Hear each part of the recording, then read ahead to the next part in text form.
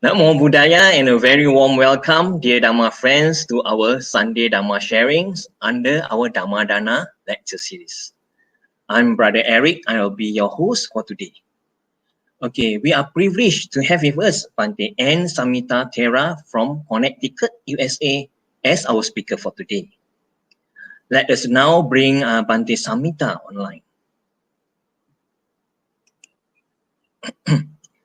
Namo Buddhaya and Sukhi Hotu, Bhante. Hi, how are you? Fine, thank you, Bhante. Okay, let me do a short introduction on Bhante Samitha. Okay. Venerable N. Samitha was originally from Gampaha, Sri Lanka, and is currently living in Connecticut, USA. Volunteering at a Buddhist community. Bhante received a first-class honor bachelor degree from the University of Peradeniya, Sri Lanka, specializing in Pali in 2015. He was then appointed as an assistant lecturer at the Department of Pali and Buddhist Studies, Faculties of Art, University of Peradeniya. Bhante has graduated from the Harvard Divinity School, Cambridge, USA, with a Master of Theological Studies degree in 2018. Today's topic is entitled Sabha Sutta, how to deal with defilement that intoxicate our mind. With that, we welcome Bhante to deliver today's Dhamma sermon. Namo tassa bhagavatu arahatu samma sambuddhassa. Namo tassa bhagavatu arahatu samma sambuddhassa. Namo tassa bhagavatu arahatu samma sambuddhassa. Good evening, everyone. Thank you, Mr. Eric, for the introduction and hosting today's program. So I'm very happy and I am very honored to be here today giving a Dhamma talk. So this is my second time. So it is going to be on Sabbasava Sutta today. The topic is how to deal with defilements that intoxicate our mind. Otherwise, how to deal with the distractions, how to deal with taints. So according to the Sabbasava Sutta, based on Sabbasava Sutta, I'm going to give you a talk. So this sutta Buddha delivered when he was in Savatthi. There was a monastery called Jetavana offered by Anathapindika. So Savatthi was a rich city actually. So that is very interesting. So the meaning, one of the meanings of Savatthi is Sabbang Attiti Savatthi. So Savatthi had everything. It was a very rich city. It flowed with, milk and honey.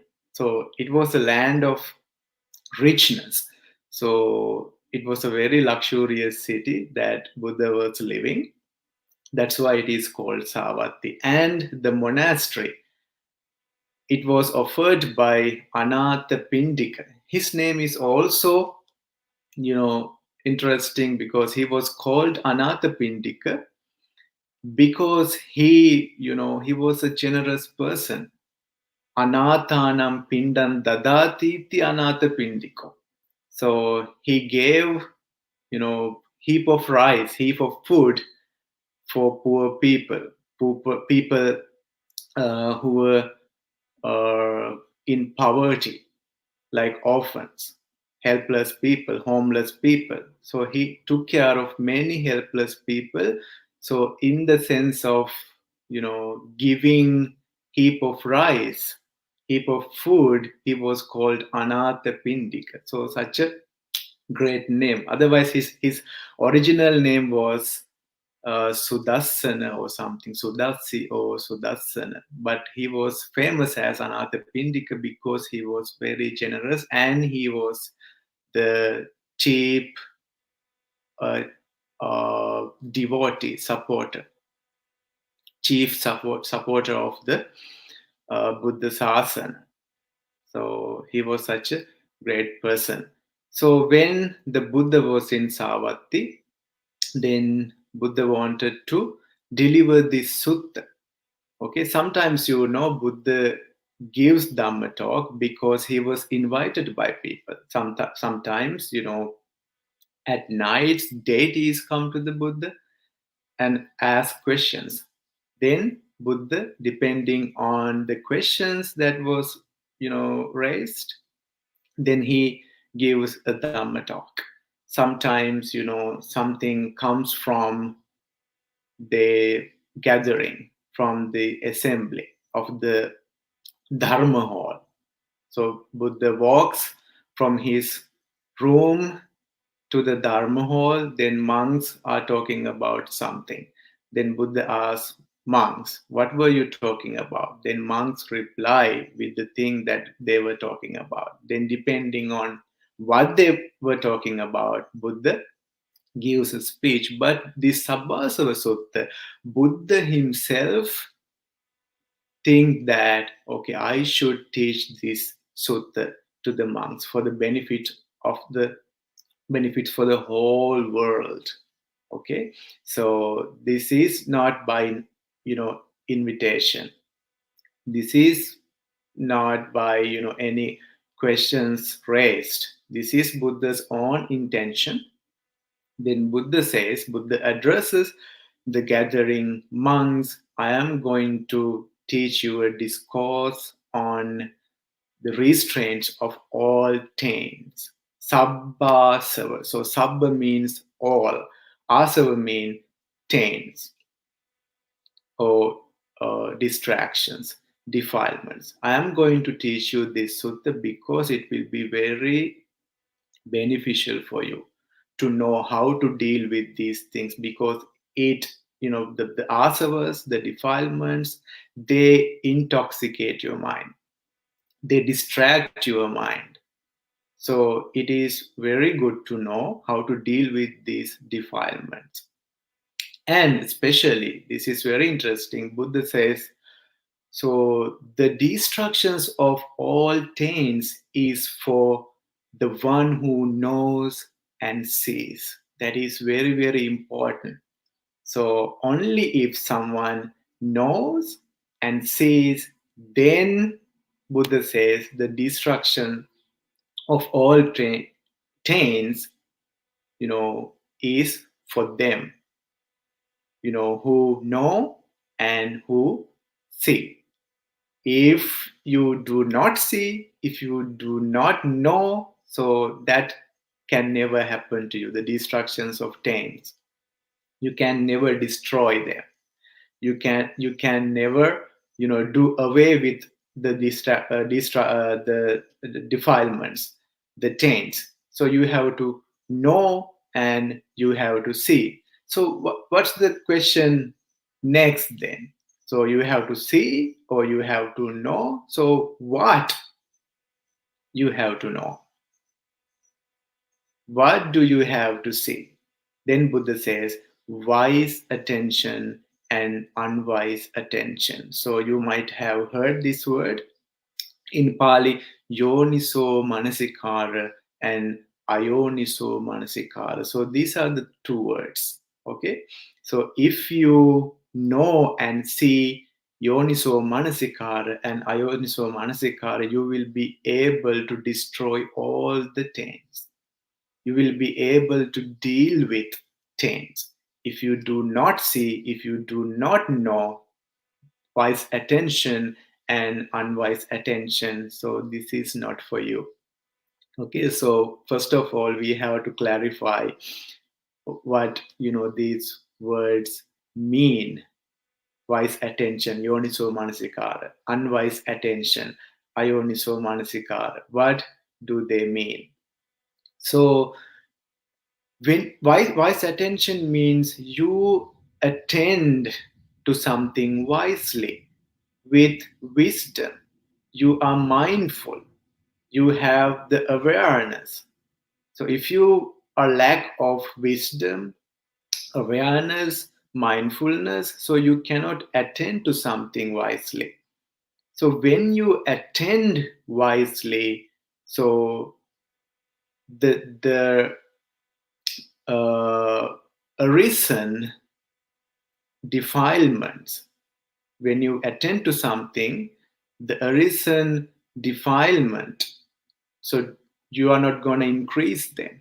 There are already arisen defilement in you. Things like hatred, jealousy, desire, craving for things. Those are, arisen defilement, arisen taints in you. So when you attend unwisely, so you are going to increase them. But unarisen defilement, unarisen taints, so they are going to arise. So when you attend unwisely, so that is one thing. If you attend unwisely to something, then it is going to be unarisen defilement arising.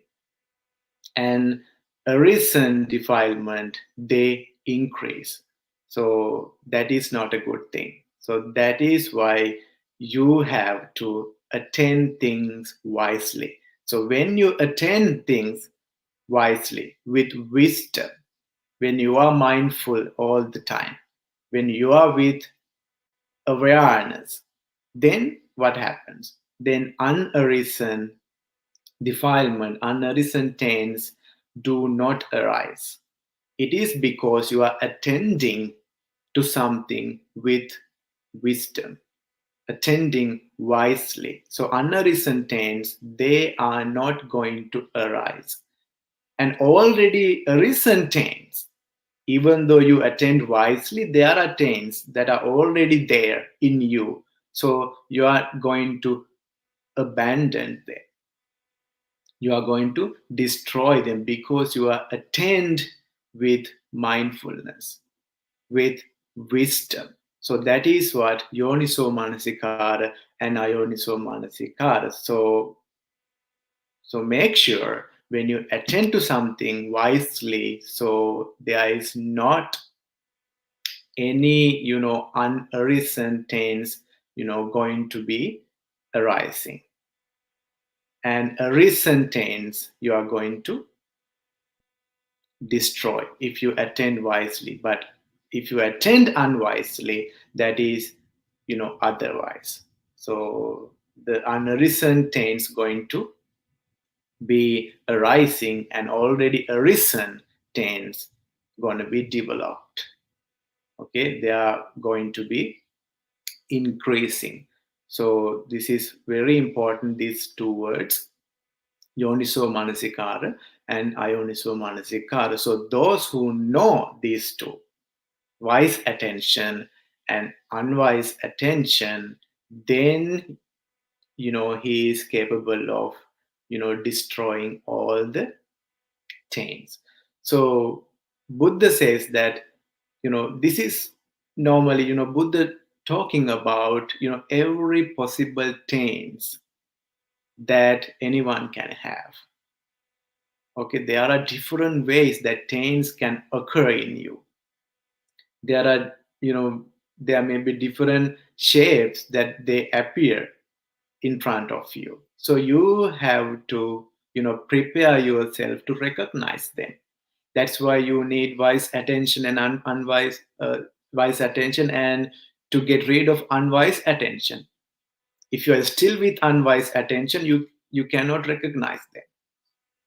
So wise attention is very important. That's why the Buddha say, I only proclaim the destruction of all the taints for those who see and know. What? See and know what?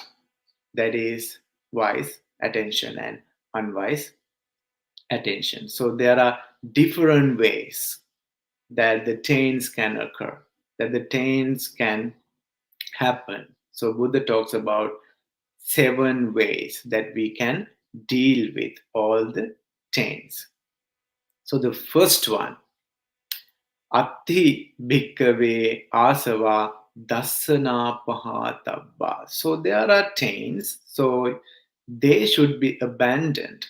They should be destroyed by seeing. So how can we destroy 10s by seeing? So you have to see it. So here it is going to be about 3 kind of asavas. So those are kama asava, sensual desire. That's a 10. Okay. So you always try to satisfy your 5 sensory organs. That is an asava. That is attained. So we are going to talk about kama asava here. And bhava asava, habitual tendencies, habitual behavior.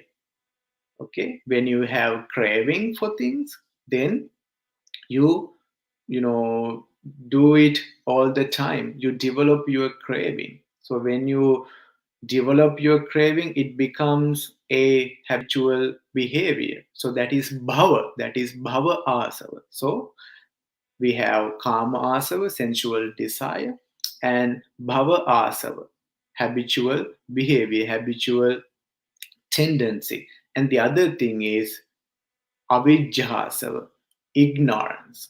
So what does ignorance mean? You are ignorant. It means you do not know and see the Four Noble Truth. Chaturya Satya. You do not know and see Chaturya Satya. Four Noble Truths.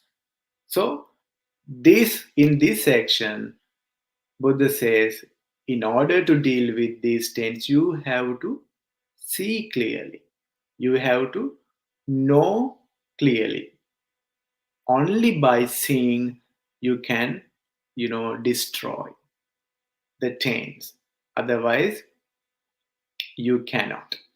So whenever the word wisdom, wise, is talked about in Buddhism, it actually means the knowledge, the wisdom of paticca samuppada.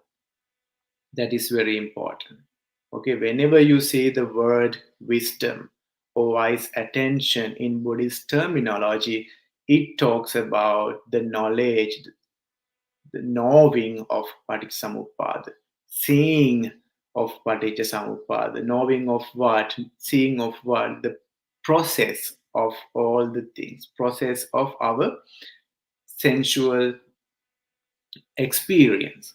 So, with our 6 sensory doors, we experience the world through our eyes, nose, ears, tongue, body, mind. We experience the world. Okay, so we have to, look at that experience depending on paticca samuppada. That is a process. So if you see the process, if you understand the process, so that is wise attention. Suppose when you experience the world through your eyes, with your eyes, you see things, right? Suppose craving occurs because you see something very beautiful, very adorable. You see something very beautiful. Then, craving occurs in you. Then what happens? Okay. When the craving occurs, what happens? Then you try to, then all the thoughts of you, all your thoughts, all your concepts, all your ideas, all your opinions. So everything comes into play depending on that craving. So you think, so you have concepts, you have ideas on that. So then what happens?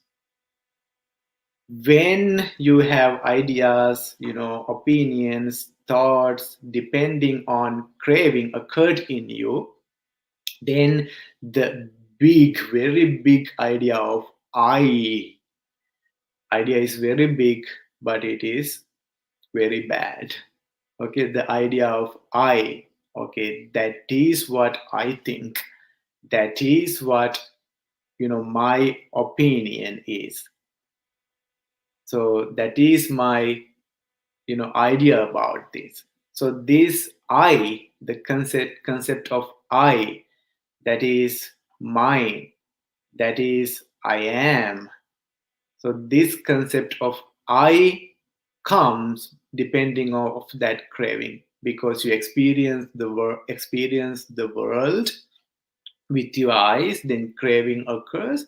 Depending on craving, you have ideas, thoughts, concepts, and everything. So led by those thoughts and ideas and concepts, the bigger idea of I, myself, my, then that came into being. So that is the process, right? If you do not know and if you do not see, that is how you are going to end it up with. That is how it happens. If you do not see clearly, if you do not attend wisely, so it starts with craving. Now you are with that big idea of I, myself, that is me, I am right, you are wrong. So that idea comes depending on that craving. So you did not attend wisely, so because of craving, now you have kind of habitual tendency, habitual behavior, okay, taking everything personally. That is mine, that is my idea, I am correct, you are wrong. Likewise, you have that wrong view about things. Because of that, you develop your habitual tendency, habitual behavior. So led by habitual behavior, bhava. Because of bhava, then you have jati. You are born again because you created a place for you to be born again. Because of jati, then you have all soka, parideva, dukkha, domanassa, upayasa, all the sorrow, lamentation, physical pain, and mental pain, distress, despair, everything is there. So see how it goes when you do not understand the process as it is, then that is how you are going to end up with. The whole mass of suffering is there because you do not stop yourself, from interfering that process. When you had craving for things, so you let it develop. Now you have all these, sorrow, lamentation, pain, and everything. So whenever you hear the word wise, or wise attention, or wisdom in Buddhism, it talks about knowing the paticca samuppada, the dependent origination. It talks about seeing the dependent origination. So that is why these two words are very important when try to destroy the taints. You cannot destroy, you cannot get rid of the defilements, you cannot get rid of the taints if you are not attending wisely. So when you do not know and when you do not see, so what happened next? When you do not attend wisely, then what happens is you attend to things that are unfit for attention. That is one thing. Okay, you do not know, you do not see, then what happens? You attend to things that are unfit, that are not suitable, that are not appropriate for attention. That happens a lot. Asare Saramatino. In Dhammapada, you find that Pali stanza, Pali verse, Asare Saramatino. We have the idea that, oh, it is good, but there is no goodness in that. Okay, you think that that is valuable, that is important, but there's no value or importance there. Asare Saramatino. So you attend to things that are unfit for attention. That happens when you don't have wise attention. And the other thing is, you do not attend to things that are fit for attention. Such a harm. Okay, you should attend to that because it is that, beneficial. But because of your ignorance, because of you are being, you know, unwise, because of your lacking of wisdom, then you do not attend to that. Okay, you really miss it. Okay, there are practices like meditation and those things, right? If you want to attain nibbana, so you have to meditate. So that is something fit for your attention. Okay, your breath. Or let's take loving kindness as a meditation subject. So there are things that are fit for attention, but because you are blind, because you are ignorant, then you miss it. You neglect it. You don't care about that. You only attend to things that are unfit for attention. Okay, so then that is not going to be beneficial. So you miss it. So that's why you have to know, and that's why you have to see. Okay, so these are the three things in this section. So you have to see in order to destroy them. So kamasava, bhavasava, avijjasava. When you attend to something, if it develops, kamasava. If it develops, bhavasava, avijjasava, then you should not attend to that thing. So you have to see. So you have to understand this is sensual desire. This is habitual tendency. This is bhava. This creates my bhava. This is ignorance. Okay, it keeps me blind. I have to get rid of this ignorance. Okay, so if those taints are developed when you attend to something, so you should abandon that thing by seeing. You can only do that by seeing. There is no other way. You really have to know and see, then get rid of that. Then finally you attend wisely. This is suffering. Now we are talking about Four Noble Truth. So this is the first section we are talking about. At the beginning I said Buddha taught 7 ways of dealing with taints. So this is the first category. So there are taints that should be abandoned by seeing. That's the first section. Okay, so in this section you have to attend wisely. This is suffering. You have to understand this is suffering. Okay, so we talked about many things like sorrow, lamentation, aging, taking birth in different realms. So that is suffering. So you have to understand, you have to attend wisely. This is suffering. You have to see that. If you do not see suffering as suffering, so you are in trouble. You have to see that. We are still, wandering around, roaming about the sansaric existence because we don't see suffering as suffering. We don't see suffering as it is. We sometimes take suffering as, comfort. That is because we are ignorant. So you have to attend wisely. This is suffering. This is the cause of suffering. Dukkha samudaya satya. So there is suffering and there is a cause for that. And this is the cessation of suffering. So this is how I am going to end my suffering. You have to see that as well. And you have to finally attend wisely.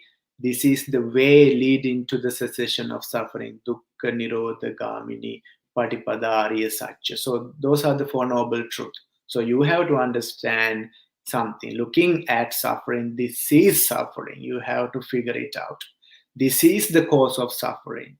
You have to find the cause of suffering. This is the cessation of suffering. Okay, so I can end my suffering. And this is the way leading to the cessation of suffering. So this is how I have to practice the Eightfold, Noble Eightfold path. You have to, develop in order to, terminate your suffering. So you have to see that. You have to know that. That's the only way to deal with the defilements, the taints, described in the first section. Karmasava, sensual desire. Bhavasava, habitual tendency, habitual behavior. And avijjasava, ignorance. So you have to deal with those things. You have to abandon those asavas by seeing. That's the first section. And the second thing, there are, asavas. There are taints that should be abandoned by restraining. What you have to restrain? Nothing other than your 5 sensory organs. Of course, 6 sensory organs, including your mind. Okay, so you live with, eye faculty restrained. You live with your, ear faculty restrained, and nose faculty restrained, body faculty restrained, mind faculty restrained. Without restraining, you have to take the control over all those sensory organs. Because we don't have control over these sensory organs, so we are really in trouble, because we are chasing after, all the things. We always want to satisfy. That is all we are working on, right? Satisfy our 5 sensory organs, 6 sensory organs. Okay, you can think to yourself, go sit somewhere at the end of the day, so you can realize, oh my goodness, all I did, for the purpose was for the purpose of satisfying my sensory organs throughout the day. There is nothing I have practiced to control my sensory organs, to develop my mind. I haven't meditated enough. I haven't, contemplated on Dhamma enough in order to attain Nibbana. Throughout the day, I just did the things that, feed the 5 sensory organs, the 6 sensory organs. So there is a nice teaching in Bahya Daruchirya Sutta. So Buddha gave a teaching to Bahya Daruchiri, very short teaching with a stanza. It was only 4 lines. Buddha said, Ditte dittamattam bhavisati, Sute sutamattam bhavisati, Mute mutamattam bhavisati, Vinyate vinyatamattam bhavisati. So in the scene, just the scene. So whatever you see, that's it. You don't have any hope. You don't have any expectations. But what happens? Whenever you see things, so you work on the desire that occurs. for them. Okay, you work on the craving that you have for them. When you see things, when you hear things, when you listen to things, when you smell, when you taste, when you have touch with your body, when you have contact with your body, what happens? You let craving develop. Craving occurs. That happens, but you have to stop it from developing. You have to stop it from going forward, because we are not wise enough, so it develops itself. So you have to keep your five sensory organs restrained, as Buddha advised to Bahir Daruchirya. Okay, in the seen, just the seen. In the heard, just the heard. In the sensed, just the sensed. In the cognized, just the cognized. Vinyate, vinyatamatham bhavisati. So we have a lot of experience through our six sensory doors.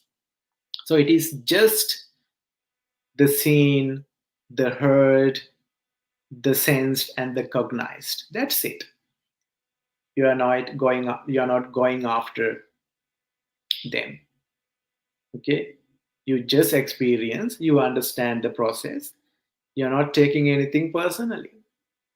You always interrupt the process. You try to take things personally, like bringing that idea of my, I, mine, myself.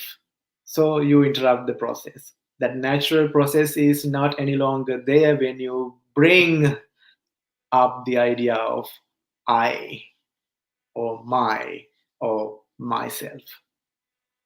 So you have to restrain your six sensory organs, six faculties, in order to deal with those stains, such as craving, lust, desire. That's the second thing. Okay, the first thing we have to abandon, by seeing. This we have to abandon by restraining. And the third one is there are attains that should be abandoned by using. Oh, that is great. At least finally we got something to use, right? Otherwise, Bante was talking about, like abandoning, removing, throwing away, discarding. Now, finally, we got something to use. Okay, let's see how we can use things. So, using means, in order to survive, right? In order to live, we have to eat. We have to, dress. We have to, build houses. We have to take medicines. So those are the main four requisites for everyone, I think. So that is four pachayas for monks. So fourfold needs for monks: chivara, pindapata, senasana, gilana pachya. So when you use those things, so chivara means what you wear, right? So for laity, for lay people, you can think about your clothing, you can think about your dressing. So for us, it is our robe, chivara, pindapata, our alms food. For you, the things you cook for yourself at home. And senasana, for us, the monasteries, the huts in the wood, in forest, meditation huts or something. For you, it is your house. And medicine. So for us, you offer something, specially called gilana pache, okay, medicinal drinks. So you have many kind of medicines when you are sick. So those are the five, main requisites for everyone. Okay, you have to use them. Okay, Buddha never says not to eat, not to wear things, not to take your medicine, not to live in a house, in a covered place. No, you have to use those things. You have to build a house for yourself. You have to eat. You have to, wear clothes. You have to take medicine. But whenever, so those are very dangerous as well. When you eat, when you wear, when you take your medicine, so when live, at your home, there are a lot of taints. There are a lot of defilements. So think about eating. Okay, so how many obsessions you have with food, right? You have craving for food because you are kind of obsessed with the taste. Whenever you buy clothes for yourself, right, you look for attractive things. You look for sometimes expensive. You want to get only the famous brands. You're not going to wear cheap things. That's the thing that you know get from clothes. And you need the most comfortable fabric for your clothes. You say, oh, this is uncomfortable, I can't wear this. You say that. So you look for the comfortable fabric for your clothes. So likewise, when you eat, when you wear, when you live at home, when you take your medicine, even medicine, right? Why we need medicine? We just need medicine to be healthy, right? To get rid of sicknesses, not to be diseased. But for what purpose in this modern world people use medicine? To maintain your physical beauty, right? So there are a lot of things like plastic surgeries and those stuffs. Okay, you have to maintain. So how many people die by because of overdose? See, even people use medicine for unnecessary purposes. It is medicine is just there to take when you are sick, not to maintain your physical beauty that you can ever do. That has nothing to do with the reality. It has nothing to do with reality. Okay, you can't stop you know from aging. You can't stop yourself from dying, decaying, everything. All those things happen. So people tend to use medicine in order to stop that process. No, you can't do that. Sometimes you may die because of taking too much medicine. So Buddha says when you eat, especially for monk, we have something called paccavekkhana, like contemplation. So every day, at the end of the day, you have to go to the shrine and recite this paccavekkhana. I took food today. I use my robe. I use my resting place. I use my medicine for these purposes. I only use this for these purposes. So let's take food. Then patisankha yoniso pindapatang patisevami. For example, I use my food, I eat my food, nevadavaya, not for amusement. Namadaya, not for intoxication. Nevadavaya, namadaya, namandanaya, navibhusanaya, not for for the sake of maintaining physical beauty, not to maintain attractiveness. Okay, yavadeva imasakaya titya, just for the sake of endurance, just for the sake of continuance of this body, this physical body. That's why I am eating. Yapanaya vihinsuparatya. Vihinsuparatya, just to end the discomfort, the paining of my body. Yavadevi Masakaya Saditya Yapanaya Vihinsuparatya Brahmacharyanuggahaya, for assisting my holy life. I am eating because it assists my holy life, my celibacy life. Iti puranancha vedanam patihankami, navancha vedanam na upadisami. So considering that I shall terminate the all pains that are already in my body, considering that I shall, stop, I shall avoid the new pains in my body. So that's the purpose of eating food. Not for the amusement, not for the intoxication, not for the attractiveness, to maintain your bodily attractiveness, not to maintain your bodily beauty, not for any of those, just for the endurance, just for the continuance, just for, remove the pain in the body.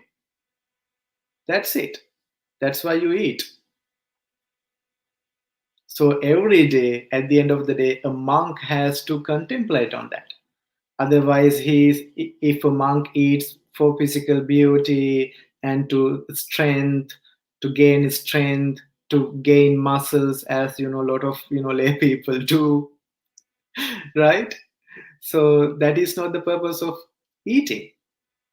If you eat for that purpose, then the craving, lust, desire, anything can happen. So you cannot get away with taints. That's the problem. So that's the third thing. So there are four other things. So let me explain, briefly, because we are running out of time. So the fourth thing is we have to endure. We have to endure. Adivasana, there are taints that should be abandoned by enduring. What are those things? So when it is hot, warm, when it is cold, when it is windy, you have to endure. Otherwise, you cannot stop that, right? That is something comes from the nature. So you cannot complain. You cannot blame. So you have to endure those things. Sometimes hunger, thirst, cold, the sun, wind, creeping things, especially for monks when they live in the forest, meditating, then the creeping things going, here and there around monks, they have to endure. Mosquitoes, flies, you can't complain. Because you cannot endure, then you are gonna build anger inside. Oh, I can't tolerate this. I am done with this. I am giving up my meditation because you can't endure. So the same is with you. Okay, we can you if you are not tolerant, then you are going to give up many things in your life that which is not good. So you have to remove some taints by enduring. That's the fourth thing. And the fifth thing, you have to endure things by avoiding. Have you abandon taints by avoiding? So what you have to avoid, the sutta says, a wild elephant, a wild horse, wild bull, snakes, bramble patches in the forest, pits, canyon, caves, cesspits, where you have the drains for disposal of liquid waste, right? You have drains underground. Okay, some people, they say that we are adventurers, we like adventures, so they challenge wild elephants. So I saw a video clip that is very disturbing. So there is a place in Sri Lanka called Udawalawa, very nice place. There is a very big lake, and around the lake you have herds of elephants there, wild elephants, but people give them food while they are going by, while they are passing by. They stop the vehicle and give them bananas, oranges and all those stuffs. one day a drunk person, okay, because he was heedless enough, because he was careless enough, because of his carelessness, he went under the electric fence, because there are electric fence for elephants to avoid them from coming to the road. That drunk man even went down the electric fence and tried to say some mantra or something in front of the elephant. Then he took the person with the trunk and thrashed and put on the ground, and I think he crushed to death. I think he almost got killed, as I saw in the video clip. Someone was filming as well. Okay, they tried to stop him, but he never listened to them. So you do that kind of adventures. You challenge wild animals. You wanna explore the caves. In America, there are incidences that people died inside caves because they wanted to explore.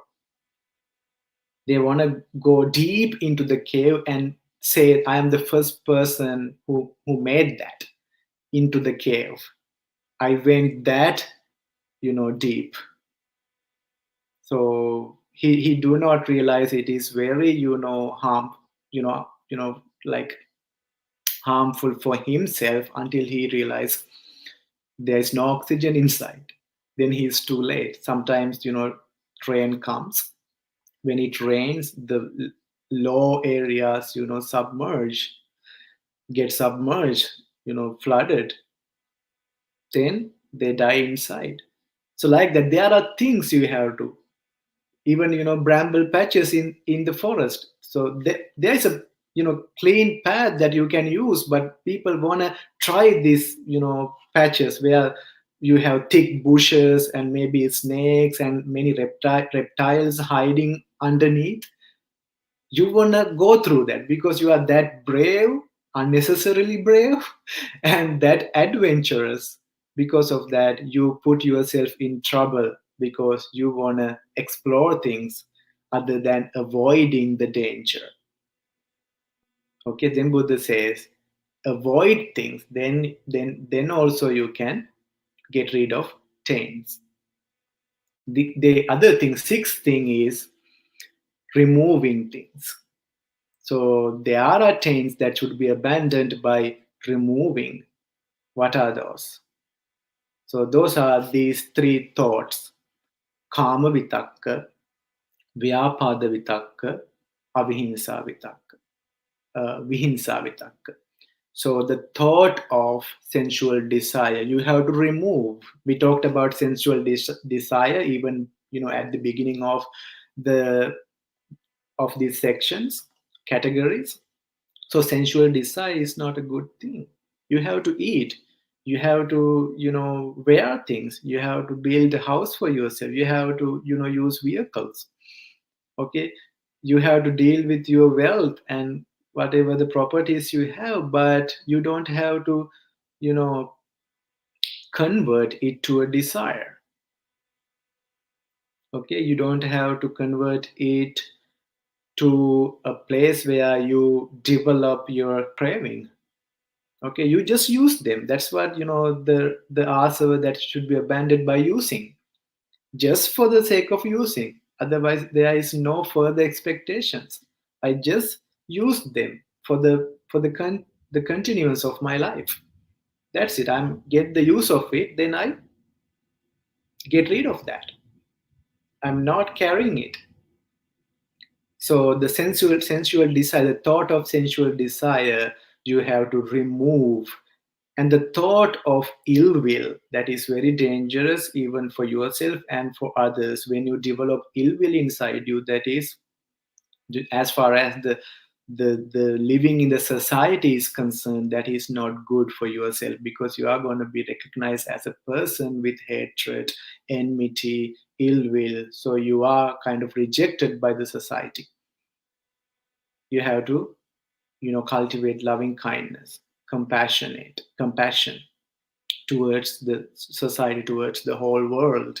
So you have to get rid of, you have to remove the thought of ill will. And the third one is the thought of cruelty, vihinsa. In the world, how cruel they are, some people, when you think about some parts of the world, right? So because of cruelty, people are suffering.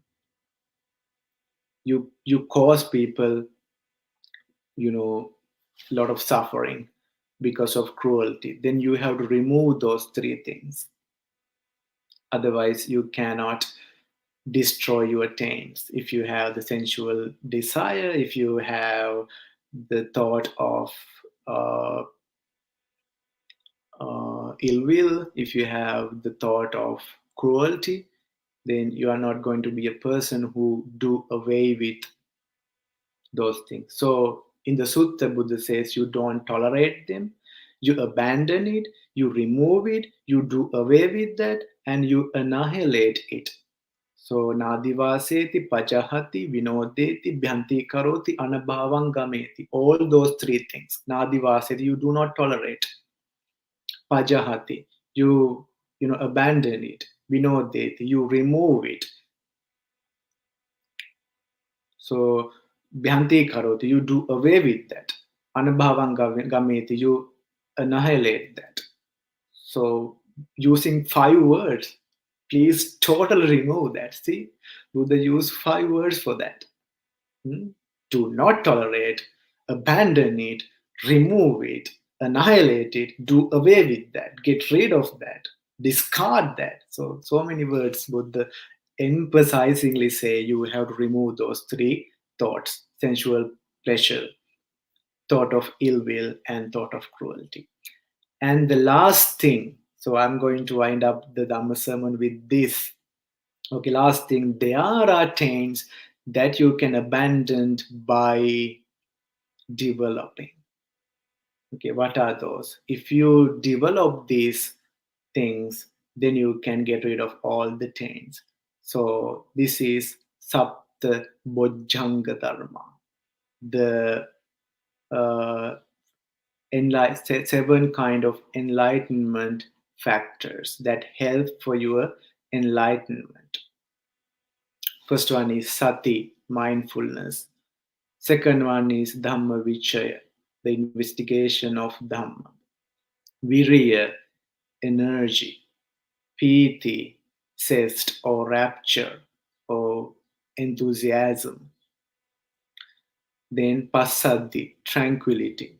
Samadhi, concentration or one-pointedness. And Upekkha, equanimity or the balanced mind. So when you develop sati, mindfulness, dhammavichaya, investigation of dharma, so with energy you meditate. Because of your energy put into your meditation, you feel enthusiastic, you have the zest, you have the rapture, which is piti. Because of piti, you tranquilize your mind. Then you gain tranquility in your mind. Because of tranquility, led by tranquility, you have one-pointedness. Samadhi, because of samadhi, you have upekkha, you have a balanced mind. So then you can get rid of all the taints by developing those sapta bojjhangas, 7 factors of enlightenment. So those are the 7 ways. So Buddha talks about every possible ways that people can have taints. So like every possible taints that anybody can have, so in this sutta. So you have to abandon things by seeing, by restraining, by using, by avoiding, by enduring, by removing, and finally by developing. So later, I think you can go through, those sections thoroughly. Then you can learn more. So we have to think about time. That's why I explained them kind of in a rush. But we can, always read things and listen to another Dhamma talks if you want further clarification on those sections which I briefly explained. So I think that's it for today about Sabbasava Sutta. So may you all be deeply well and happy by the meritorious power you just acquired by listening to this Dhamma talk. May you all attain supreme bliss of Nibbana in no time. So if there are any, questions, so we can, answer those questions now. Thank you, Bante, for the excellent sharing. Okay. It seems here that we have several questions posted online for us. Okay, I will post it up on screen for Bante and everyone to see.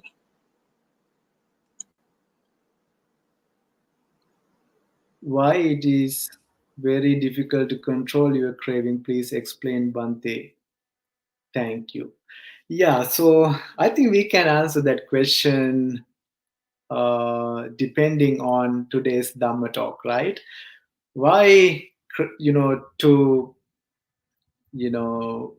why is it difficult to get rid of craving? Because you don't have wise attention, right? So this is the thing. You have to think about the repercussions, right? Because you know Dhamma. If you are a person who do not know Dharma, so there is a tendency, like probability that you can like let craving develop. But if you are a person who know and see, now you know the results, right? Results of letting craving develop, right? You don't have to let it develop because it becomes a habitual tendency. Because of habitual tendency, then you are going to be born again, jati. Because of jati, then again decaying, aging, death, and sorrow, lamentation, every, all those, whole, mass of suffering is there. Then you have to think about the end result. When you think about the end result, when you put wisdom there and think about that, then you realize craving for things is not something you know we have to let be, right? You don't have to let it be, you have to clearly remove that. So think about the result, think about the pain you are going to cause yourself in this sansaric existence. Okay, then control your five sensory organs. When you have the necessity of satisfying five sensory organs again and again, then craving is there. If you don't have that necessity, if you are a person, like I said in Bahya Daruchirya Sutta, in the scene, just the scene. You see things, that's it. You hear things, that's it. You eat things, you taste things, you feel things like good smells, you have comfort contact to your body, that's it. No expectations. When you try to expect them again and again, when you try to bring them back to your five sensory organs, like suppose you like something, in terms of food, you like to eat something a lot because of your craving, because it is not good, then you can just stop. So attend wisely. So that's why listening to Dhamma is very helpful. So I think after listening to Sabbasava Sutta, you should try to cut off your craving. Yeah. Good evening, Venerable. We have many forms of expectation. When expectation is not met, we are disappointed or happy. When expectation is attained, or we are happy when expectation is attained. Each expectation comes from the root of craving. Thank you. Okay, there is this thing. Sometimes you have to have expectations, goal. Something like in terms of attaining Nibbana. Right? So that is the ultimate goal we have. If you don't have expectation for that, so that's not gonna work out very well for you. So if you are a kid, you should have expectation, with regard to, educating yourself. If you are a, you know person who work, then you should have expectations. If you are a, professor at a university, then you have to have expectations. Okay, so we should have expectations, but you really, have to understand whether it is, causing you suffering.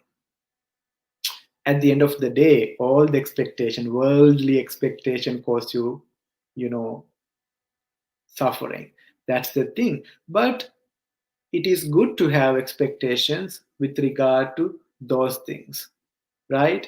So I mean, you don't have to, have expectations on satisfying your sensory organs, because then you are going to be caught up in your mental world that you created, right? If you really, always want to satisfy your five sensory organs,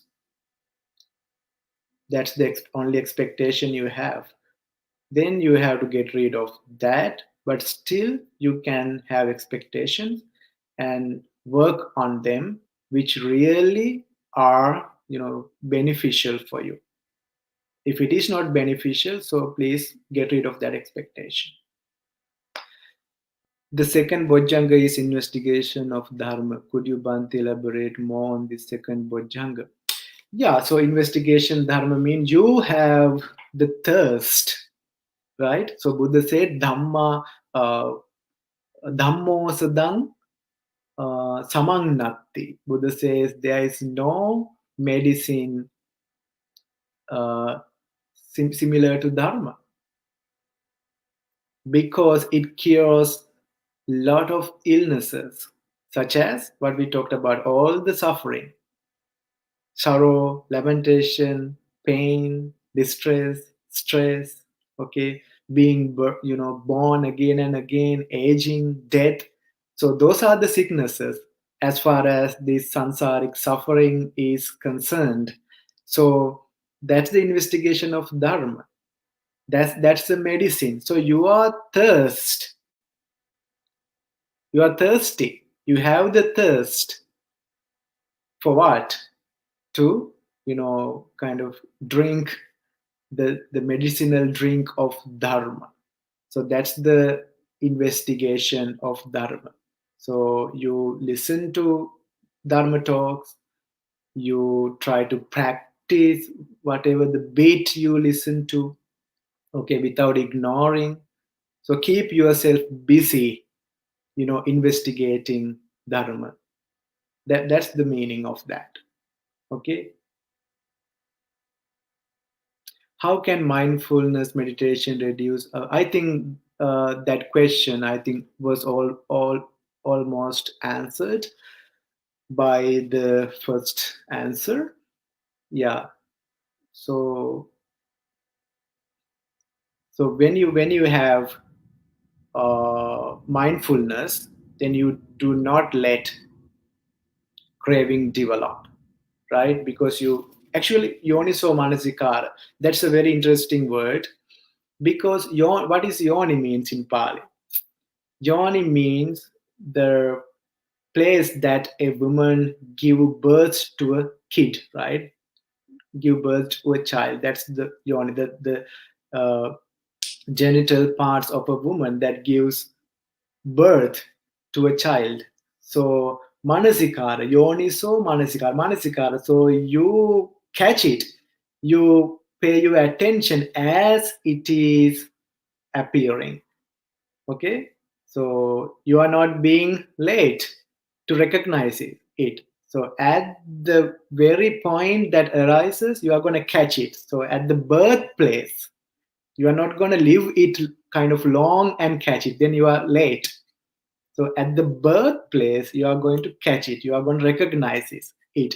So when craving develops, depending on food or contact or anything. Because of your experience through five sensory doors, craving occurs, then you catch it at the very point that it occurs. That's how you be mindful. Then you reflect yourself. Okay, you try to see what is going on in my mind as I am experiencing the world. Then you see, oh, craving occurring, you are mindful enough to catch it, then you stop it from developing. Is our ambition to be successful in life a form of greed or craving? I think we talked about that as well, right? So you should have. It is not craving, right? Ambition. You should have an ambition. That's not bad. You have to work on that. Even the Prince Siddhartha had the ambition to be the Buddha, right? If he didn't have that ambition, we couldn't have, you know, you know, someone like Buddha. So Buddha, got his enlightenment because he had that ambition. So that is not a craving. But sometimes when you want to be successful in your life, or maybe that's a competition, okay, so then you have to think about that. Okay, so you are not trying to meet with your requisites. Okay, you want more than that. You want to be the top of everything. So that's kind of craving. If you try to support the continuance of your life, that's fine. Have to have ambition. So just to you know be satisfied with whatever you have. Otherwise you are not satisfied with things you have, but you already have enough things to survive this life, but still not satisfied. So that's the kind of ambition that has craving in it. Okay, if you just try to just survive, try to make meet with the requisites, the minimum requisites you want to live in this world without any problems, without causing trouble to others. So that ambition is very well. But there are ambitions, more than that. So you have to be careful about those ambitions, because you are trying to go somewhere that you can never achieve, that you are not satisfied with. Is the craving is inevitable in my existence depends on all my past existence. If my enlightenment depends on my past mistakes. If I am craving at this moment, is this inevitable? Or is it possible to end craving now and end all suffering for me in samsaric existence? So that's a good question. So you don't have to worry about the past, right? So that is done. So you cannot do anything about the past now. Okay, whatever you did in previous existence, they are done. Okay, so you will have the karma vipak, good or bad, for the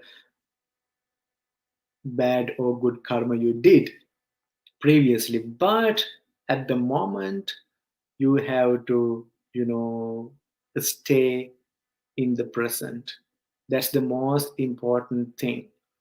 So we are kind of you know reluctant, we are kind of hesitant to go forward, because we have that you know uh, heavy load in our on our shoulder. Or I might have done so many things in the past, may they affect me, will they come bothering me? So we have those unnecessary attention that you should not attend to. So Sabbasa Sutta is, all about your questions today. so so you don't have to attend those things. You have to wisely attend to the present. So protect your mind from defiling. Protect your mind from being not mindful. Okay? If you try to be mindful, if you try to be attentive, if you try to safeguard your mind at the moment without, letting it, you know, defile itself. So that's the most important thing you can do. Then that helps you to attain nibbana. Otherwise, at the end of the day, you know, all you have, if all you have is worry about past and future, so that's not going to work. You should, take care of the present moment, not, letting you declining, not letting you defiling. So that's the thing you have to pay your attention, not the past or the future. How can upholding the five precepts guide us to lessen our craving for worldly pleasures? So yeah, that is about, restraining, right? So we can put it in the restraining part. So what are the five precepts? I am restraining from killing people. I am restraining from stealing. I am restraining from sexual, conduct. I am restraining from telling lies. I am restraining from, taking intoxicant. So you have the answer there, right? You are restraining. So it means that you are kind of on the path of abandoning taints, abandoning defilements by restraining. So five precepts, they are very helpful. Okay, when we talk about restraining, so precepts are about restraining. So that helps a lot. If you follow precept, if you observe precept without breaking, so think about it, how much it is helpful. That is very helpful. So I think uh, that helps.